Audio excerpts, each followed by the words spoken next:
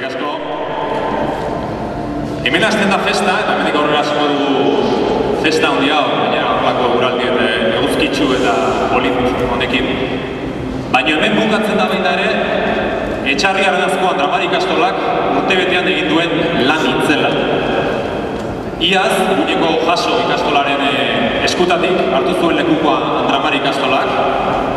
Gaur, Atarrabiako Bazde Ziganda ikastolak hartuko du lekuko hori, ardura, eta horrelako ekimen importante antolatzeak dakarren lan ikaragarri hori. Beraz, orain lekukoa pasako dio Andramar ikastolak, Bazde Ziganda, Atarrabiako Bazde Ziganda ikastolak.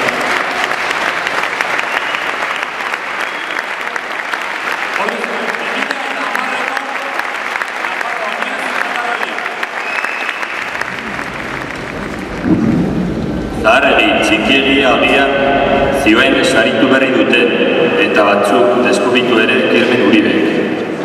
Zuek, Andramarikoek, urte osoan zehar izandako ibilbide oparoarekin handitu duzue txikia zena. Eta ikastola guztion artean berritzen dugu.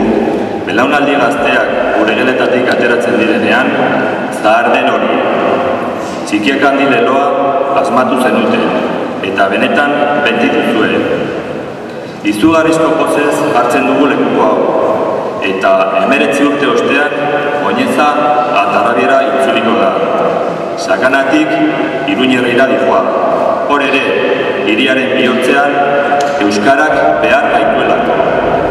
Hor ere, oraindik ere, munduko ondasun kulturala dela gogoratu behar dugulako. Datorren artean, Atarrabian elkar ikusiko dugu. Mila esker.